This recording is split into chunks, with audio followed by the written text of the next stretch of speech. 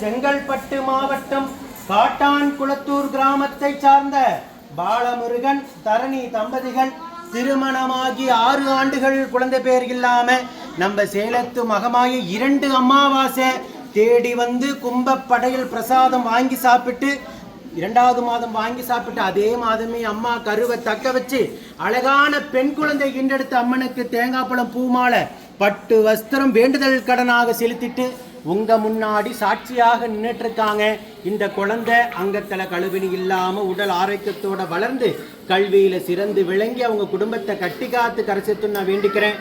6 ஆண்டு காலம் அவங்க இருந்த கடும் தவ வாழ்க்கைக்கு 3வது மாதமே மனமிறங்கி உயிருள்ள வரைக்கும் மறக்க முடியாத மழலை செல்வத்தை பிள்ளை செல்வத்தை நம்ம சேலத்து மகமாய் அள்ளி கொடுத்துருக்காங்க. அடுத்த கருவியும் உடனாக தக்க வச்சு இந்த குழந்தைக்கு ஒரு துணியாக அவங்க குடும்பத்துக்கு ஒரு வாரிசாக ஆண் வாரிசையும் நம்ம சேலத்து மகமாய் வரமாக கொடுக்கணும் நான் வேண்டிக்கிறேன். இந்த வீடியோ பார்க்கின்ற பக்த கோடி பெருமக்களாகி நீங்களும் வேண்டிக்கங்க. ஆடிப்பூர நன்னாளான இன்று நம்ம சேலத்து மகமாய்க்கும் சூழியம்மனுக்கும் வளைகாப்பு நடந்துகிட்டு இருக்கு.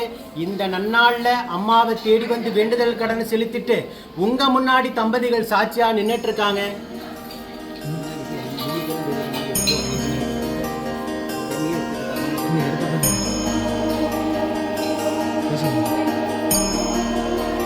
ஆடிப்பூர நன்னாளான இன்று உங்க முன்னாடி சாட்சியா நின்றுட்டு இருக்காங்க. பக்தர்கள் தம்பதிகள் பார்த்துட்டே இருக்காங்க. 6 ஆண்டு காலம் நீங்க இருக்க கடும் தவ வாழ்க்கைக்கு 2 அமாவாசை தான் கும்பப்படையில் வந்து சாப்பிட்டுருக்கீங்க. அதே மாதிரி அம்மா கருவை தங்க வச்சிருக்காங்க. கரு தங்க வச்சு தெரிஞ்சதுக்கு அப்புறம் அம்மாவை பற்றி என்ன நினைச்சீங்க?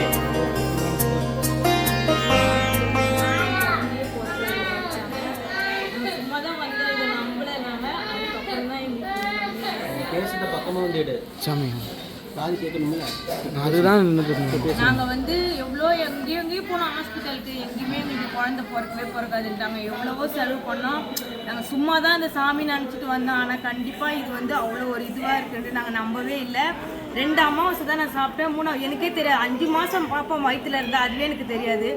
போனால் பாப்பா நல்லா இருக்கு அப்படின்னு சொன்னாங்க ஹாஸ்பிட்டலில். அப்பயே நான் வந்து எங்களுக்கு 5 மாதம் தெரியவே தெரியாது. மாதம் எப்பயும் போல இது வரைக்கும் மாதம் நாள் தள்ளி போகிற மாதிரி நினைச்சிட்டீங்க. ஒரு அந்த மாதிரி கூட இருந்திருக்குமோ அப்படின்னு எனக்கு நின்னதே கிடையாது. 6 வருஷத்துல ஒரு வாட்டி கூட நின்னதே கிடையாது. எப்படி அம்மாவுக்கு தெரிஞ்சுக்கிட்டீங்க? அதுக்கப்புறம் தான் நான் இது சொல்லிட்டு தான் சார். யார் சொன்னாங்கப்பா?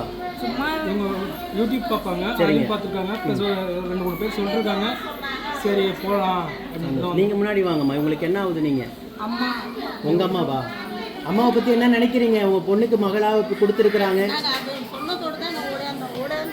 கடவுளுக்கும் மேலதான் நினைக்கிறோம். இத கடவுள் நினைக்கல, அதுக்கும் மேலதான் நினைக்கிறோம். எவ்வளவோ நாங்க செலவு உயிரா நினைக்கிறீங்க. உங்க குலதெய்வத்துக்கு அப்புறம் இந்த அம்மாவை தான் உயிரா நினைக்கிறீங்க, தாயா நினைக்கிறீங்க.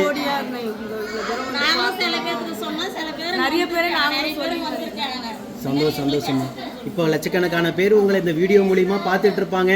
கண்ணீர் சிந்தி அம்மாவுடைய அற்புதங்களையும் அதிசயங்கள் நீங்க ஈரெடுத்து சொல்லிட்டு இருக்கீங்க. இப்ப ₹1,00,000 கோடி ரூபா கொடுத்தா நீங்க சந்தோஷப்பட்டிருப்பீங்களா? கண்டிப்பா. 6 வருஷமா நீங்க எதுக்காக அந்த கடுதவம் இருந்தீங்க? எவ்வளவு பணம் இருந்தாலும் பொண்ணு இருந்தாலும் பொருள் இருந்தாலும் ஒரு குழந்தை இல்லாத வாழ்க்கை. குழந்தையே பிறக்காதுன்னு சொல்லிட்டாங்க ஹாஸ்பிட்டல்லயே. அப்படியே பட்டு இதுவும் நாங்க இங்க வந்து 2 அமாவாசை தான் சாப்பிட்டு போனோம். 3வதுலாம் அப்படியே சந்தோஷமா. இதே மாதிரி 1000 தம்பதிகளை நீங்க சாட்சியா பார்த்துட்டு இருக்கீங்க.